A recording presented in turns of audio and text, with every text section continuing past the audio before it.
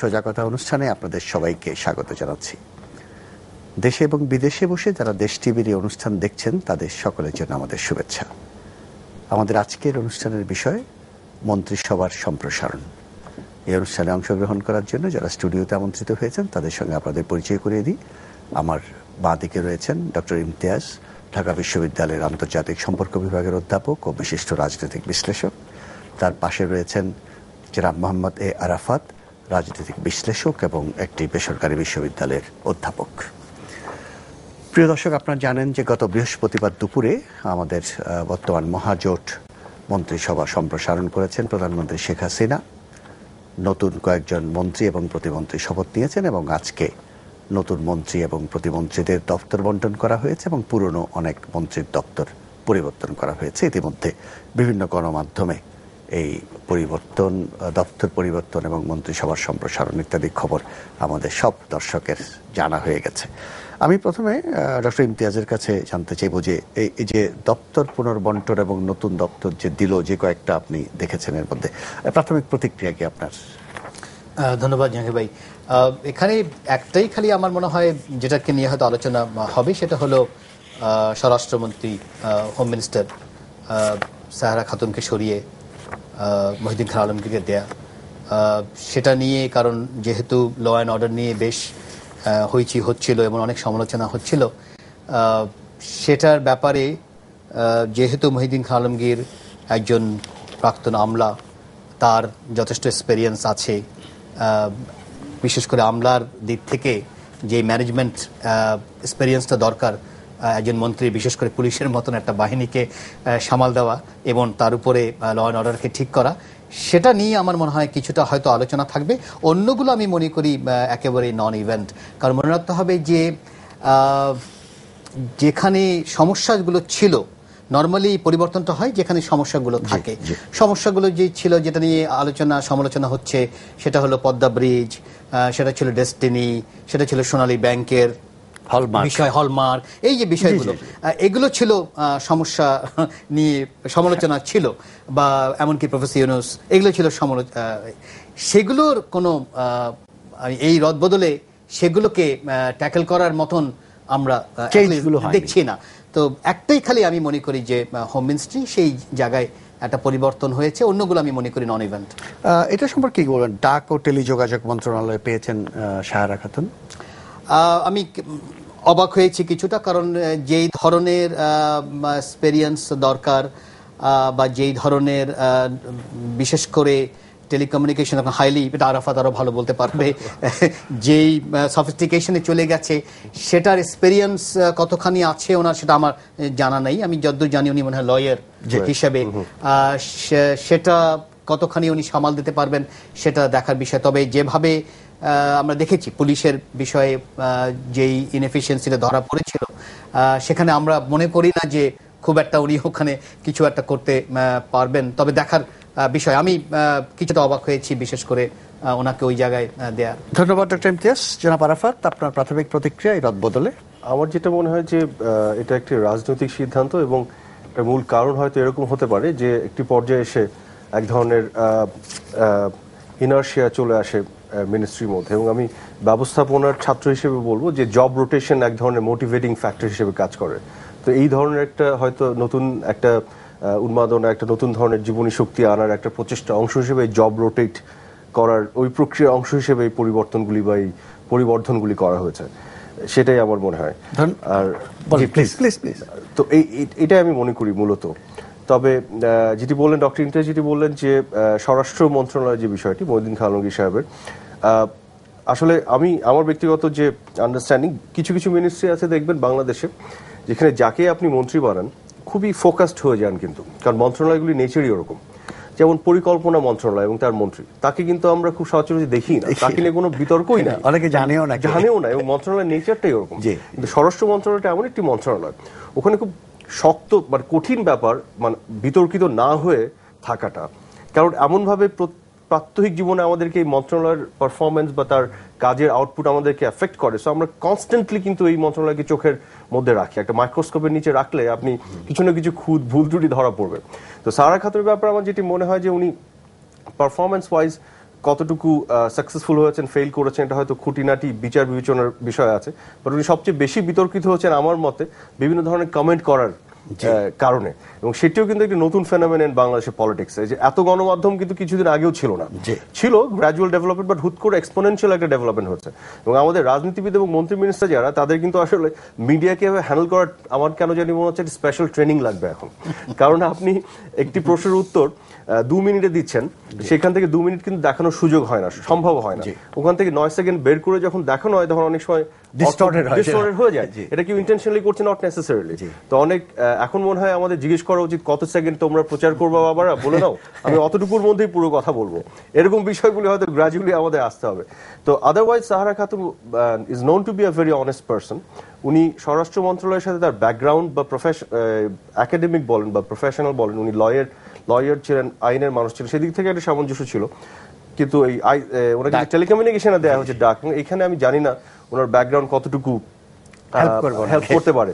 But আমার ধারণা যেটুকু এই মিনিস্ট্রি আর একটা তাৎপর্য আছে, এই গভর্নমেন্টের যে ডিজিটাল বাংলাদেশ গড়ার যে মহাপরিকল্পনা আছে, সেই পরিকল্পনা অংশ হিসেবে এই মিনিস্ট্রি কিন্তু খুবই সিগনিফিকেন্ট। সেইখানে আমার ধারণা প্রাইম মিনিস্টার নিজের এখানে তদারকি হয়তো করেন এবং বিভিন্ন পর্যায়ে আমরা দেখেওছি। সেই জায়গা থেকে প্রাইম মিনিস্টার নিজেরই কিছু প্ল্যান হয়তো থাকতে পারে, যেটি উনি সাহারা খাতুন শুধু ইনস্ট্রাকশন নেবেন, এরকম কিছু বিবেচনা থাকতে পারে, যেটা আমি খুবই আন্দাজ করছি একেবারেই। আর মহিউদ্দিন খান আলমগীর সাহেবকে আমার যেটা মনে হয় ভেরি ফার্ম, রেজলিউট এবং খুব শক্ত ধরনের একজন মানুষ এবং অনেক অভিজ্ঞ একজন মানুষ। সেই দিক থেকে আমি দেখতে চাই আসলে কিরকম পারফর্ম করেন এই কঠিন একটা মিনিস্ট্রিতে, এবং খুব পলিটিক্যাল একটা মিনিস্ট্রি, পলিটিক্যাল একটা। অ্যাবসলিউটলি। ধন্যবাদ জনাব আরাফাত। প্রিয় দর্শক, মহাজোট মন্ত্রিসভায় যারা নতুন যোগ দিয়েছেন তাদের সবাইকে আমরা অভিনন্দন জানাই, স্বাগত জানাই। এবং যারা নতুন পদ পেয়েছেন, যাদের পদ পরিবর্তন হয়েছে, নতুন পদ পেয়েছেন, তাদের সামনে অনেক চ্যালেঞ্জ। আমরা আশা করি যে তারা সবাই সাফল্য অর্জন করতে পারবে। তাদের কাজ শুরু করার আগেই আমাদের কোনো নেতিবাচক মন্তব্য করা উচিত নয়। আমরা প্রত্যেকে আশাবাদী যে তারা সাফল্য অর্জন করবেন। আমরা আগামী দিনে দেখব তাদের কাজকর্ম, এবং সেই ভিত্তিতে আমরা সজাগতা অনুষ্ঠানে মাঝে মাঝে তাদের পারফরমেন্স নিয়ে আলোচনা করব। ডক্টর ইমতিয়াজ, সরকারের মেয়াদ শেষ হবার 15 মাস আর বাকি, এর মধ্যে প্রধানমন্ত্রী শেখ হাসিনা মন্ত্রিসভা সম্প্রসারণ এবং রদ বদলের প্রয়োজনীয়তা বোধ করলেন কেন বলে আপনার মনে হয়? আসলে যেটা নিয়ে আলোচনা হচ্ছে এবং যেটা আমি মনে করি যে বাংলাদেশের গণতন্ত্রের জন্য একটা বড় ইস্যু হয়ে থাকবে এবং আমি মনে করি যথেষ্ট পজিটিভ, সেটা হলো দুজনের না বলাটা। বিশেষ করে সেই প্রসঙ্গে আমরা পরে যাব। না, আমি আসছি যে আমি মিলটা বলছি যে কেন কোথায় না বলার বিষয়টা ইম্পর্ট্যান্ট। কারণ হচ্ছে যে খুব সম্ভব যেই কালচারে আমরা ছিলাম সেটা হলো যে কোনো মানুষকে ডাকলেই মন্ত্রী মেনে নেওয়াটা। এই প্রথমবার আমরা একটা নতুন অ্যাড হলো যে না বলাটা। এটার একটা কারণ হতে পারে যে 1 বছরে আমি কিছুই করতে পারবো না। আরেকটা হতে পারে যে পার্টির ভিতরে যে প্রসেস, যেটা আমরা সবসময় বলি গণতন্ত্রায়নের যে প্রসেস, এবং যেটা নর্মালি সভ্য গণতন্ত্রে যেটা আমরা দেখি একটা প্রসেস থাকে, একজন বা দুজন ব্যক্তির ডিসিশনের উপর নির্ভর করেন। এটা এক ধরনের আলোচনার মাধ্যমে ডিসিশন হয় যে কেন এই ব্যক্তি হবে, কেন ওই ব্যক্তি হবে না। সেটার একটা আমরা দেখেছি ডেফিসিট ছিল বাংলাদেশে, এবং আমি মোটামুটি মনে করি যে পুরো সাউথ এশিয়ায় কম বেশি এই ডেফিসিটটা আছে। সেটার একটা আমি মনে করি যে পজিটিভ এলিমেন্ট তৈরি হলো, সেটা হলো না বলার মাধ্যমে যে প্রসেসটা যেন আরো শক্তিশালী হয়। তো 1 বছরের মাথায় কিছু খুব একটা বড় কিছু করা যাবে বলে আমার মনে হয় না, কারণ মন্ত্রণালয় বোঝারই 3-6 মাস। তারপরেও তো প্রধানমন্ত্রী করেছেন, মনে আপনি যদি আমি সেটা বলছি যে করার পিছনে যে একটা সাবটেক্সট একটা থাকতে পারে, যেই দুজন না বললেন তাদের একটা সমীকরণ থাকতে পারে রাজনীতিতে নিয়ে আসার, বা পার্টি কিভাবে আগামী ইলেকশন ফেস করবে সেটা নিয়ে চিন্তা ভাবনা থাকতে পারে। এবং যেহেতু না বলেছে, সেই জন্য আমি মনে করি যে আলোচনাটা যতখানি না হবে এই মন্ত্রীদের নিয়ে, একটা এক্সেপশন হতে পারে হোম মিনিস্ট্রি, এটা ছাড়া আলোচনা কিন্তু চলবে দুজন না বলার। ধন্যবাদ ডক্টর ইমতিয়াজ। আমি জনাব আরাফাতের কাছে একই প্রশ্ন নিয়ে যাব, কিন্তু আমি না বলা বিষয়টা এখন আলোচনা আনছি না। আমি জানতে চাচ্ছি যে আপনার মতামতটা কি, কেন সম্প্রসারণ করতে হলো? আমার যেটা মনে হয়, যেটা আমি আগেও বললাম, যে স্পেশালি ব্যবস্থাপনার পয়েন্ট অফ ভিউ থেকে যদি বলি, এটাকে জব রোটেশন বলে, এটা টার্মিনোলজি। আপনার মোটিভেশনের অনেকগুলি ফ্যাক্টর আছে, যারা কাজ করছেন তাদেরকে মোটিভেট করার জন্য অনেকগুলি ফ্যাক্টরস এখানে করে। তার মধ্যে একটা one of the very important factor হচ্ছে জব রোটেশন। এক কাজ করতে করতে একঘেয়েমি ধরে গেলে তাকে আরেকটি কাজে নিয়ে যাওয়া, তো এইটি একটি কারণ থাকতে পারে। এবং পলিটিক্যালি যদি আপনি চিন্তা করেন, অনেক ঝানু রাজনীতিবিদরা বলবেন যে এই অনেক সময় ইনার্শিয়াতে চলে আসে মিনিস্টার, তো তাদেরকে যদি একটু অদল বদল করা যায়, একটু চাঙ্গা হলো, এই চাঙ্গা ভাবটা আনা একটা কারণ হতে পারে আমার যেটি মনে হয়, যে ওভারঅল যে কারণে হয়তো এটি করেছেন। মানে আমি আর অন্য কোনো কারণ খুঁজে পাই না। আমি হচ্ছে যদি আমি চাঙ্গাটাই ধরি তাহলে ওটা চিন্তার ব্যাপার, কারণ হচ্ছে যে ইনফরমেশন যদি আমি ধরি যেখানে ইনু ভাইকে দেওয়া হলো, সেটা কিন্তু খুব একটা সমস্যা করেছে আমি শুনিনি। মানে আজাদ ভাইয়ের যেই মানে ইনফরমেশন আমরা এমন কোন অভিযোগ ছিল, এমন কোন ইনার্শিয়া বা এমন সেটা বলছি অভিযোগ ছিল, আমি জানি না, মানে আমি হয়তো বার থেকে দেখছি, ভিতর থেকে হয়তো দেখছিলাম না।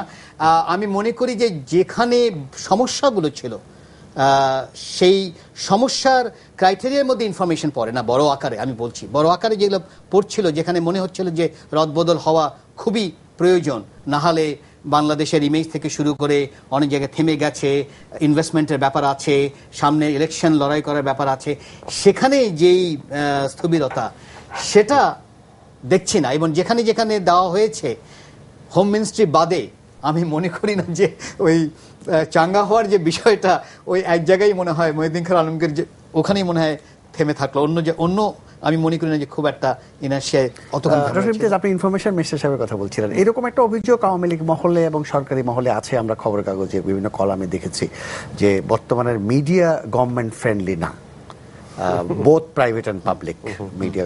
পাবলিক তো একটা বিটিভি, তারা সে ক্রেডিবিলিটি তারা নষ্ট করে ফেলেছে। এবং টক শোকেও অভিযুক্ত করা হয় যে গভর্নমেন্টকে ডিফেন্ড করার মতো যথেষ্ট টক শো হচ্ছে না, এবং গভর্নমেন্টের ভালো কাজগুলো মিডিয়াতে তুলে ধরছে না, এরকম একটা অভিযোগ আছে। সবগুলোর জন্য তারা তথ্যমন্ত্রীকে দায়ী করছে, যদিও আপনি জানেন যে প্রাইভেট সেক্টরের মিডিয়াকে তথ্যমন্ত্রী তেমন কিছু করতে পারবে না। তারপরও গভর্নমেন্টের মধ্যে এরকম একটা চিন্তা ছিল যে মিডিয়াকে উনি ঠিকমতো সরকারের দিকে আনতে পারেনি, সেজন্যই বলছি যে এটা একটা ফ্যাক্টর ছিল। যাই হোক, আমি আবার জনাব আরাফাতের কাছে চাই, এই যদি পরিবর্তনই করলো তাহলে কি আরেকটু আগে করলে সরকারের সুবিধা বেশি হতো না? এইটি অবশ্য মানে আমার যেটি মনে হয় পুরোপুরি তো প্রধানমন্ত্রীর প্রেরোগেটিভ, তার বিবেচনা। আমি পার্সোনালি যেটি মনে করি, একটা সার্টেন সময় দেয়ারও প্রয়োজন আছে কোন একজনকে দায়িত্বে দেখার জন্য, কারণ এমন সমস্যা সংকুল বাংলাদেশে কিছু কিছু মিনিস্ট্রি আসলেই এত ডিফিকাল্ট অ্যান্ড চ্যালেঞ্জিং, তো এখানে আপনাকে প্রুফ করার জন্য ফেইল করছেন না সাকসেসফুল হচ্ছেন, এটা বুঝতেও সময় লাগে, রাইট? তো সেই জায়গা থেকে আমি মনে করি যে আগে করলে ধরুন 6 মাস আগে করা যেতে পারতো, বা এখন করলো, মানে it is not a big difference in my opinion আর কি। না, কিন্তু আপনি নিশ্চয় লক্ষ্য করেছেন যে মন্ত্রিসভা সম্প্রসারণের পর একটা কথা বারবার বলা হয়েছে যে 1 বছরের মধ্যে আমরা কি পরিবর্তন হবে, কাজে টাইমটা কিন্তু ম্যাটার করে। 1 বছরের জায়গায় 2 বছর আগে হতে পারতো। এক্স্যাক্টলি। এই জায়গাতে আমার একটা মন্তব্য হচ্ছে যে আসলে it is a continuation of যে যারা এখানে আসছেন তাদের প্রিডিসেসর যারা করেছেন, এরকম ভাবার কোনো কারণ নাই যে প্রিডিসেসররা কিছুই করেননি, উনি 1 বছর পুরোটা করতে হবে। সো 1 বছরের জন্য যিনি থাকবেন তিনি 1 বছরের কনটেক্সটেই তার পারফরমেন্স মাপা হবে। এমন না যে 1 বছরে একজনকে 5 বছরে যে পারফর্ম করা দরকার সেটা করে ফেলতে হবে, না করলে তাকে ফেইলিয়ার বলা হবে। তো আমি যেটি মনে করি, দলটা তো একটা, প্রধানমন্ত্রী তো একজন, এবং তিনি বিভিন্ন জনকে পরিবর্তন করে যদি আনেন, এটা আগের মন্ত্রী যিনি ছিলেন তিনি যে যতটুকু এগিয়েছেন সেখান থেকে ওই রিলে রেসের মতো লাঠি ধরে বাকিটাই করবেন। কাজে ওই জায়গা থেকে আমি জিনিসটা দেখতে চাই, কারণ at the end of the day the same government. তো এইখানে আবার ব্যক্তির গুণগত তফাৎটাকে আমি সেটাই আবার বলতে যাচ্ছিলাম, একই সাথে সেটা রিফ্লেকশন আবার ঘটবে কিছুটা তো বটেই, কারণ সেখানে তো ডিফারেন্স আছেই, সবার স্কিলস সমান না, আন্ডারস্ট্যান্ডিং সমান না, কনটেক্সটকে বিবেচনায় নেয় এবং সেভাবে প্ল্যান করার যে ক্যাপাবিলিটি সমান না, সেই জায়গায় কিছুটা পার্থক্য অবশ্যই আসবে। তারপর আমি যেটি মনে করি যে আসলে দায়িত্ব নেয়া সাহস এবং সততার জায়গাটা ইজ রাদার মোর ইম্পর্টেন্ট, যেখানে আমি মনে করি যে আমার কন্ট্রিবিউট করার আছে এবং করা উচিত। আপনি যদিও বলেছেন পরে আপনি আনবেন না বলার বিষয়টা, তারপর ক্ষুদ্রভাবে যেটা আনি, আজকাল দেখা যাচ্ছে এমন একটা সিচুয়েশন ক্রিয়েট হয়েছে, মন্ত্রিত্বটা কিন্তু আর প্লেজার না, এটা পেইন হয়ে গেছে অনেকটা। জি, জি। স্পেশালি এটা বিশাল শিফট হয়েছে কিন্তু, মানে মিডিয়া জগতের মধ্যে যে একটা অ্যাকাউন্টেবল করার যে বিষয়টা, জনগণের মধ্যে সচেতনতা, এই সোশ্যাল মিডিয়ার বিস্তার, একই সাথে ইভেন এখানে একটা ইন্টারেস্টিং কালচারাল চেঞ্জ, নিজের দলের মধ্যে যারা মেম্বার অফ পার্লামেন্ট তারা এই মন্ত্রীদেরকে পার্লামেন্টের ভিতর তাদেরকে অ্যাকাউন্টেবল করছেন এবং একেবারে প্রচন্ড ভাবে তাদেরকে এবং অপোজিশনের অনুপস্থিতিতে আরো হেল্প করছে। এক্স্যাক্টলি, এবং আমাদের অর্থমন্ত্রী কিছু থেকে মাফ পর্যন্ত চেয়েছেন। এই কালচারাল শিফটের জায়গা থেকে আমি বলবো মন্ত্রিত্ব গ্রহণ আগের প্লেজারের চেয়ে পেন হয়ে দেখা গেছে। সেই জায়গাতে আমার মনে হয় এটা গ্রহণ করাটার আদা সাহসিকতার পরিচয়, সততার সাথে যদি আমি সেটা মনে করি যে আমি ওখানে যে কাজটা করতে চাই, আসলেই কন্ট্রিবিউটটা করতে চাই, অবদান রাখতে চাই, তাহলে ছেড়ে দেওয়াটা is rather being more appreciated in our country apparently. হ্যাঁ, কিন্তু আমি ব্যক্তিগতভাবে বলবো বিনয়ের সাথে, আমি মনে করি যদি আপনার মন পরিষ্কার থাকে, আপনি যদি সত্যিকার অর্থে আসলেই অবদান রাখার জন্যই একটা দায়িত্ব নিতে চান, সেই জায়গায় দায়িত্ব নিয়ে চ্যালেঞ্জটা ফেস করার সাহস থাকলে এটাকে আমি ব্যক্তিগতভাবে অনেক বেশি। জি, ধন্যবাদ। আমরা এই প্রসঙ্গে আরো আলোচনা করবো। ডক্টর ইমতিয়াজ, মিডিয়ায় কিন্তু বেশ কয়েক বছর ধরে বলা হচ্ছিল কয়েকজন মন্ত্রী পারফরমেন্স সম্পর্কে, সততা সম্পর্কে, তাদের অদক্ষতা সম্পর্কে বেশ কয়েকবার বলা হয়েছে, অনেক দিন ধরে বলা হয়েছে, কিন্তু তখন কিন্তু মিডিয়ার এইসব আলোচনাকে, বিশেষ করে এই মধ্যরাতের টক শোকে নিয়ে মানুষ উপহাস করেছে। তো আলটিমেটলি তো মাননীয় প্রধানমন্ত্রী সেই সমালোচনার রেসপন্ড করলেন বলে মনে হয়। আপনার কি মন্তব্য? সেটা উনি ওভাবে উত্তর দেবেন কিনা আমার মনে হয় না, উনি হয়তো অন্যভাবে যুক্তি দিবেন। এমনিতে আসলে সমালোচনার বিষয়টা আসলে একটু খেয়াল রাখা দরকার যে গণতান্ত্রিক রাষ্ট্র কাঠামোয় সমালোচনাটাই কিন্তু নর্মাল, এবং আমার মনে হয় না যে ইনফরমেশন মিনিস্ট্রির দায়িত্ব হলো সমালোচনাটা থামানোর, সেটা তো হতে পারে না, তাহলে তো আমি একেবারে সেই সোভিয়েত রেজিমে চলে যাচ্ছি, একটা টোটালিটারিয়ান রেজিমে চলে যাচ্ছি। বরং দেখা দরকার যে সমালোচনাটা এভিডেন্স নিয়ে আছে কিনা এবং যৌক্তিক কিনা ইত্যাদি, এবং একটা পরিবেশ ক্রিয়েট করা ডেমোক্রেটিক কি বলা হয় বিভিন্ন ধরনের ফোরামের, সেটাই আমার মনে হয় দায়িত্ব। সেই হিসেবে আমার মনে হচ্ছে যেই সমালোচনাটা ছিল, যেটা আমি প্রথমেই বলতে চেষ্টা করেছিলাম, সেইখানে কিন্তু পরিবর্তনগুলো হয়নি বড় আকারে। যেই আমি সমালোচনাটা যেখানে ছিল হোম ছাড়া, আমি বারবার বলেছি যে হোম ছাড়া অন্যগুলাই কিন্তু বড় আকারে ছিল, বা বড় আকারে যেভাবে আমরা মনে হয়েছিল যে অনেকেরই এক্সিট দরকার, এমনকি দু একজনের অ্যাডভাইজারের নাম শোনা গিয়েছিল যে এক্সিট হওয়া খুবই প্রয়োজন বাংলাদেশের স্বার্থের জন্য, সেটা এখন পর্যন্ত হয়নি। যার জন্য আমি মনে করছি যে হোম মিনিস্ট্রি ছাড়া অন্যগুলো কিন্তু এখনো নন ইভেন্ট রয়ে গেছে, কারণ ওই সমালোচনাটা কিন্তু থামবে না, সমালোচনাটা এখনো সেই জায়গাগুলো অক্ষত রয়ে গেছে। এবং এই একদিন দুদিন চলার পরেই কিন্তু আমি মনে করি যে সমালোচনাটা আবার শুরু হবে, সেটা সোনালী ব্যাংকের স্ক্যাম থেকে শুরু হোক বা শেয়ার বাজার বা পদ্মা ব্রিজ, যেটাই হোক সেটা নিয়েই কিন্তু হবে। এখন যেটা আরাফাত ভালোই বলেছে যে মিডিয়ার এমন ধরনের মিডিয়া হয়েছে, এবং ভালো করে বলেছে যে হয়তো মন্ত্রীদের ট্রেনিং নেওয়া দরকার যে কিভাবে হ্যান্ডেল করার বিষয়টা।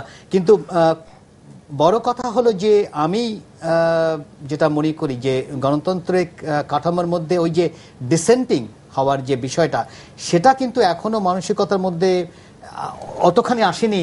আমরা মনে করি যে সমালোচনা করছে এর নিশ্চিত তাহলে he is against me or she is against me, যেটা বুশের আমলে যেটা ছিল যে হয় আমার সাথে না হলে আমার বিপক্ষে।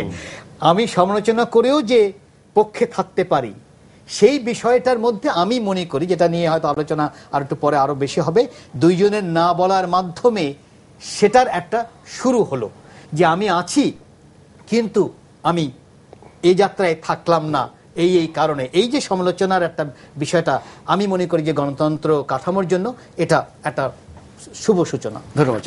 আমি কি অ্যাড করতে পারি?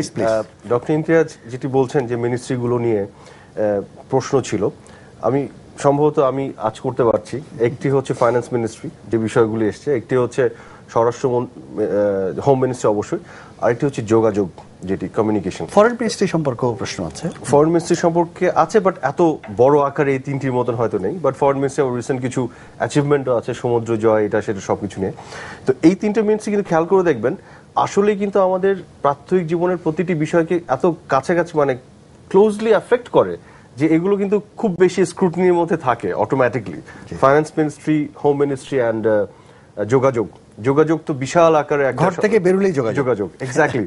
তো সেই জায়গা থেকে আমি যেটি মনে করি যে হ্যাঁ, যোগাযোগ মন্ত্রীকে সরানো হয়েছে এবং ইভেন্চুয়ালি উনি পদত্যাগ করেছেন, যেটা ইন্টারন্যাশনাল যে অ্যাসপেক্টটা আমরা জানি সবাই।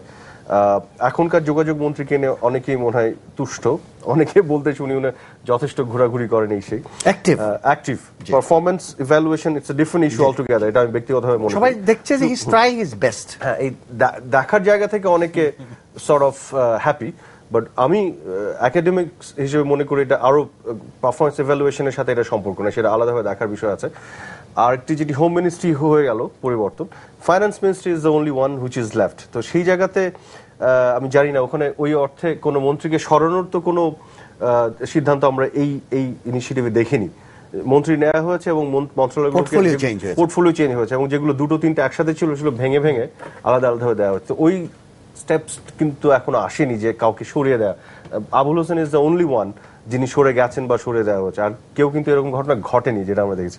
আর মশিউর রহমান সাহেবের ব্যাপারে আমরা যেটা শুনছি, সেখানে উনি একবার বললেন যে ফর দ্য গ্রেটার ইন্টারেস্ট উনি 10 বার পদত্যাগ করতে রাজি আছেন, পরে উনি বলেছেন আবার যে তিনি অপবাদ নিয়ে পদত্যাগ করবেন না, মানে he wants to make sure যেটা প্রুফ করে তারপরে যেতে চান। তো সবকিছু নিয়ে একটা আমার যেটা মনে হয় যে ওগুলো মনে হয় ডিফারেন্ট বিষয় অলটুগেদার। এখানে যে প্রধানমন্ত্রী যে কাজটা করলেন এটির সাথে আসলে সরিয়ে দেওয়ার সম্পর্ক খুব একটা ছিল না। এখানে উনি জাস্ট জব রোটেশন করার জন্য, নতুন মুখকে নিয়ে আসার জন্য, চাঙ্গা ভাব ক্রিয়েট করার জন্য হয়তো করেছেন, বাট ওগুলো অনেক মানে অপেক্ষাকৃতভাবে অনেক কঠিনতর ডিসিশন, যেগুলো ডক্টর ইমতিয়াজ এক্সপেক্ট করছেন, বা যেগুলো করলে ভালো হয় বা খারাপ হয় হোয়াট এভার, এটা মানে নতুন আলোচনার বিষয়, যেগুলো একটা চেঞ্জের দিকে মানুষ নিতে যেতে পারে। সেগুলো অপেক্ষাকৃতভাবে অনেক অধিকতর কঠিন সিদ্ধান্ত প্রধানমন্ত্রীর পয়েন্ট অফ ভিউ থেকে যদি দেখি আমরা সেই কঠিন সিদ্ধান্ত প্রধানমন্ত্রী নেয় কিনা। ধন্যবাদ জনাব আরাফাত। প্রিয় দর্শক, আমরা এখন একটা সংক্ষিপ্ত বিরতি সম্প্রসারণ সম্পর্কে আমাদের সঙ্গে আছেন ডক্টর ইমতিয়াজ আহমেদ ও জনাব মোহাম্মদ আরাফাত।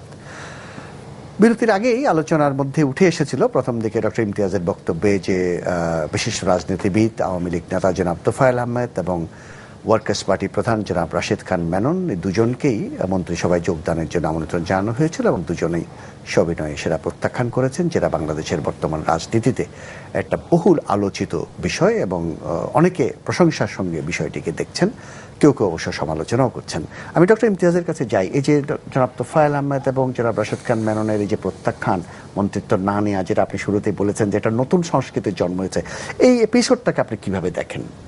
যথেষ্ট পজিটিভ আমি মনে করি, যদিও এটা নিয়ে হয়তো সমালোচনা থাকবে দুদিকেই। জি, পজিটিভ এই সেন্সে বলছি, কারণ হচ্ছে যে পার্টির গণতন্ত্রের সব বড় বড় পার্টি যেগুলো আমরা দেখছি, পার্টির ভিতরে গণতন্ত্রের একটা ডেফিসিট আছে, অভাব আছে, এবং এই অভাবটা বাংলাদেশের পলিটিক্যাল পার্টির মধ্যে যে সীমিত তা না, এটা পুরো দক্ষিণ এশিয়ার মধ্যেই কিন্তু কম বেশি এটা আছে। তাতে যেটা হয়েছে যে পার্টির ভিতরে যে প্রফেশনালিজমটা দরকার, যে র্যাঙ্ক অ্যান্ড ফাইল, যে কাঠামোটা তার দরকার, যে মানুষ জানবে যে আমি এদিকে যাচ্ছি, সেই জিনিসটা কখনো তৈরি হয়নি। এখানে অনেকটা একজন দুজনের ব্যক্তির ডিসিশনের মধ্যেই আছে, এবং অনেক সময় যাকে নিয়ে ডিসাইড করছে সেও জানে না এবং সে রাজি হয়ে যাচ্ছে।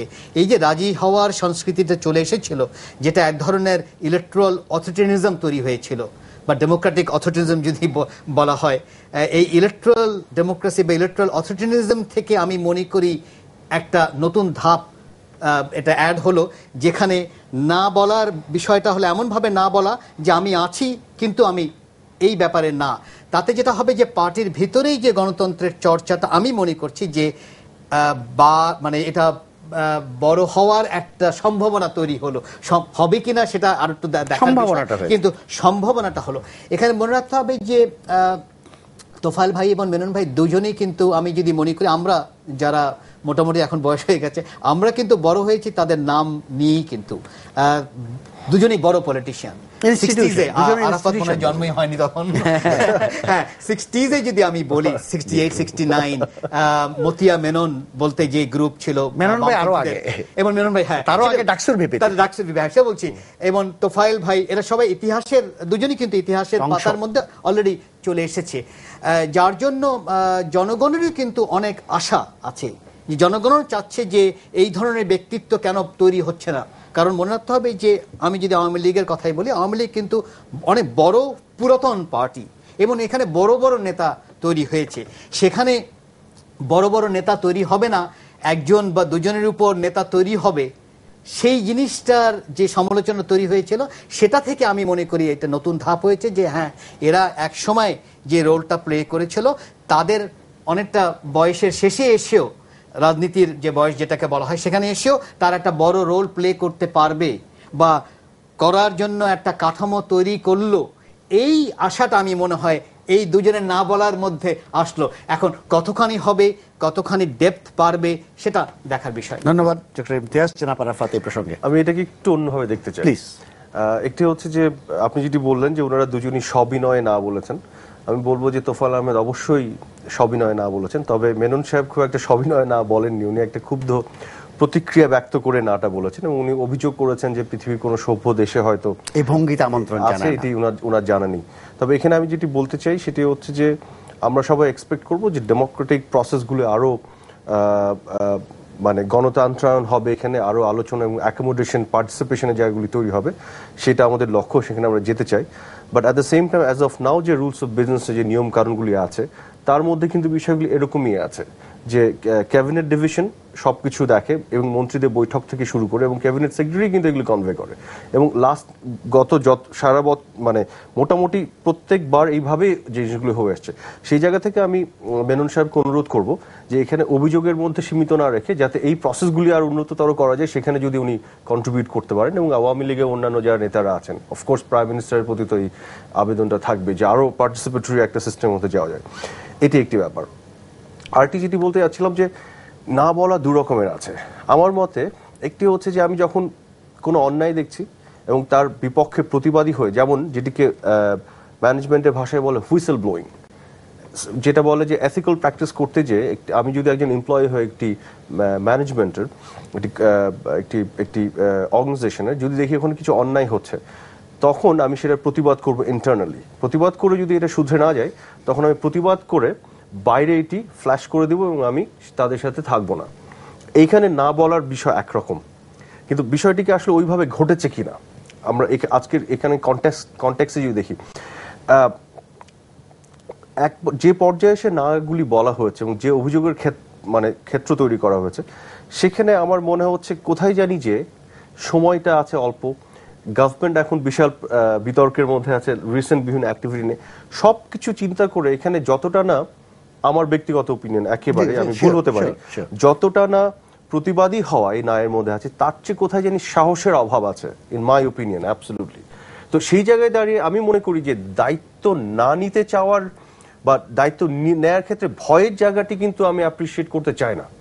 আমি অবশ্যই প্রতিবাদ করে অন্যায়ের বিপক্ষে দাঁড়িয়ে না বলতে চাই, but at the same time আমি দায়িত্ব নিয়ে সাহসের সাথে চ্যালেঞ্জ মোকাবেলা করে কাজ করতে চাই।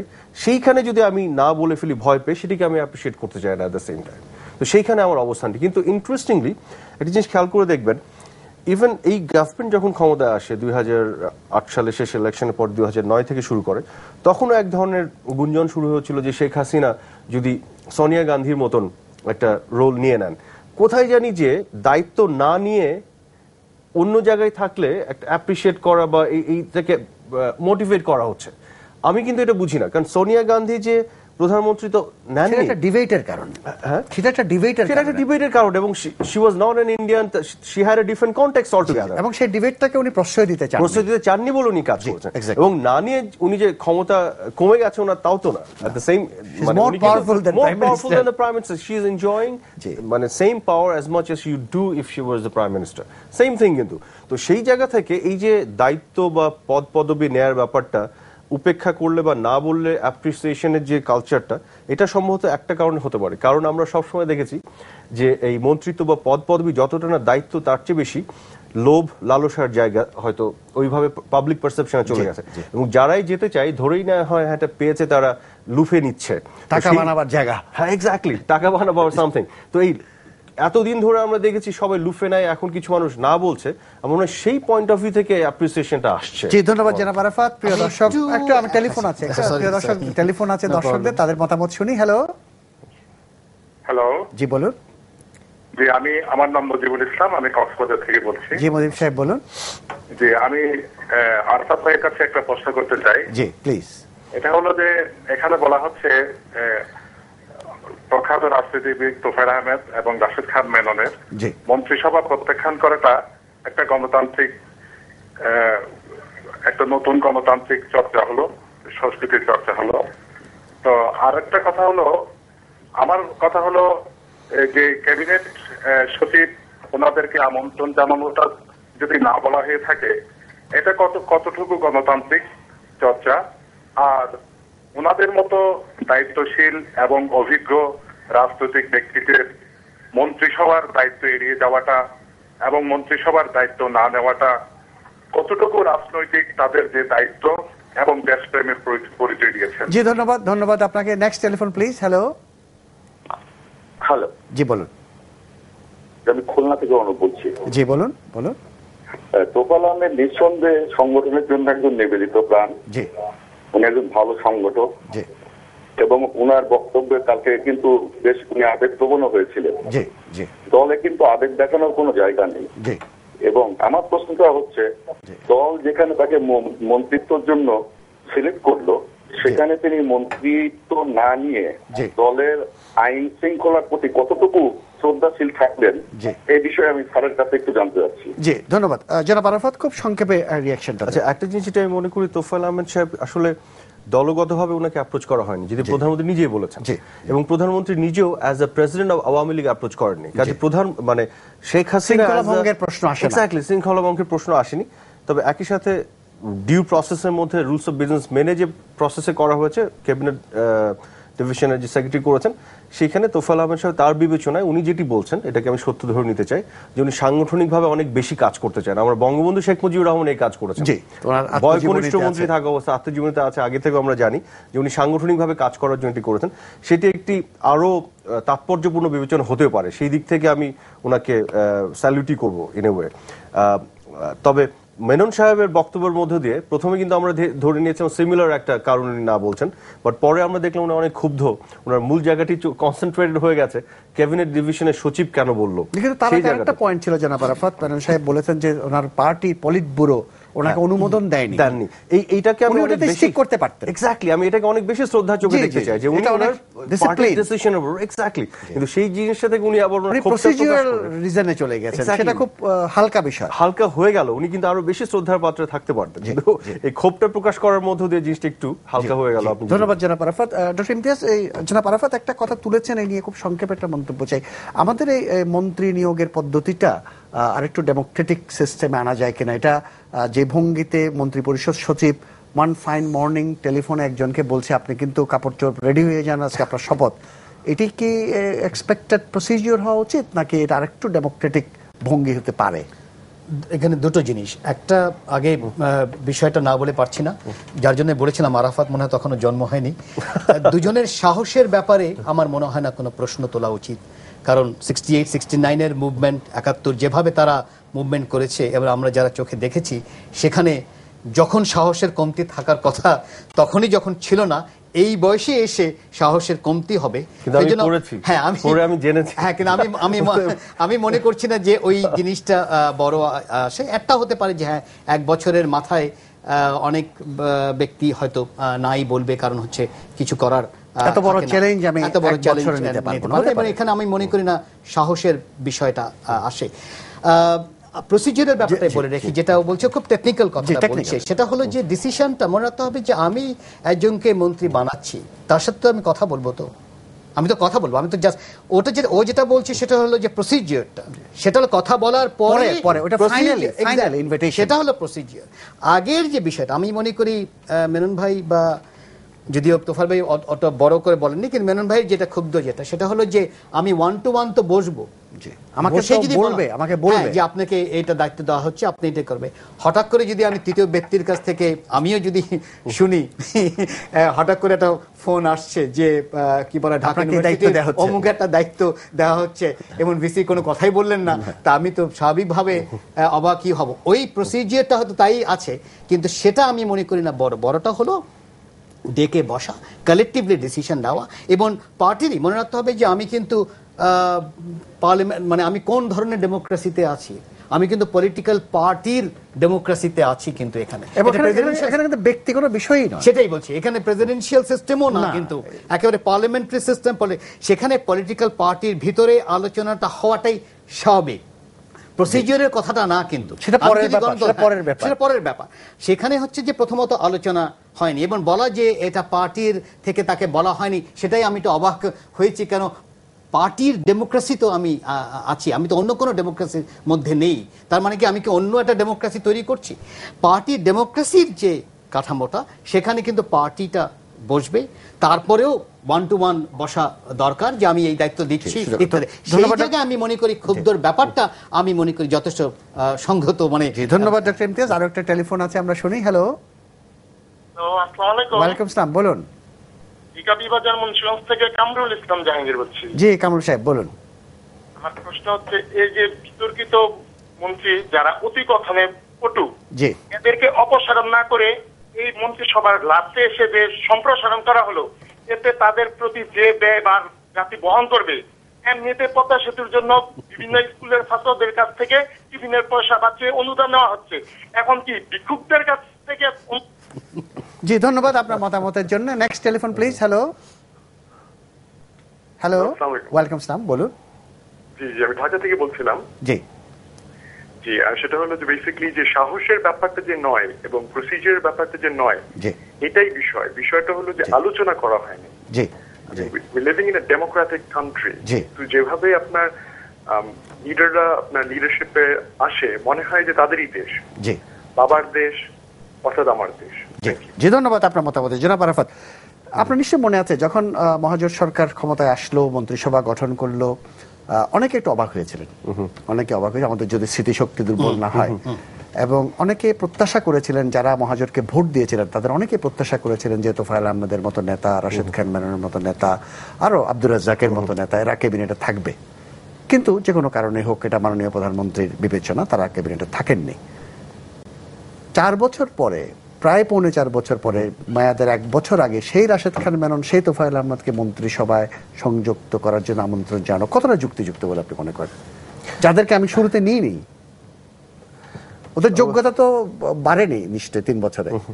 না, that I agree with you.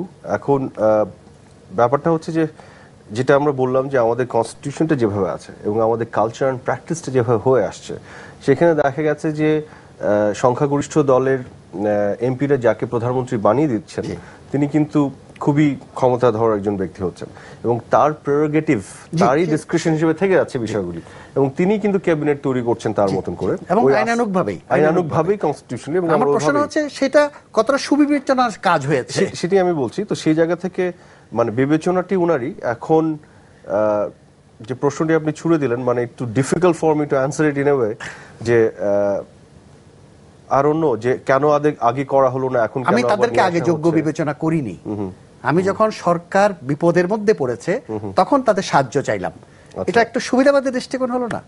বিবেচনা যদি এরকম হয় তাহলে তো বটেই, কিন্তু আমি যেটি ভাবছি যে ওয়েদার বিবেচনাটি ওই অর্থেই করা হয়েছে কিনা। কারণ হয়তো এরকম বিষয়টি হতে পারে যে সবাইকে অ্যাকোমোডেট করার একটা প্রচেষ্টা।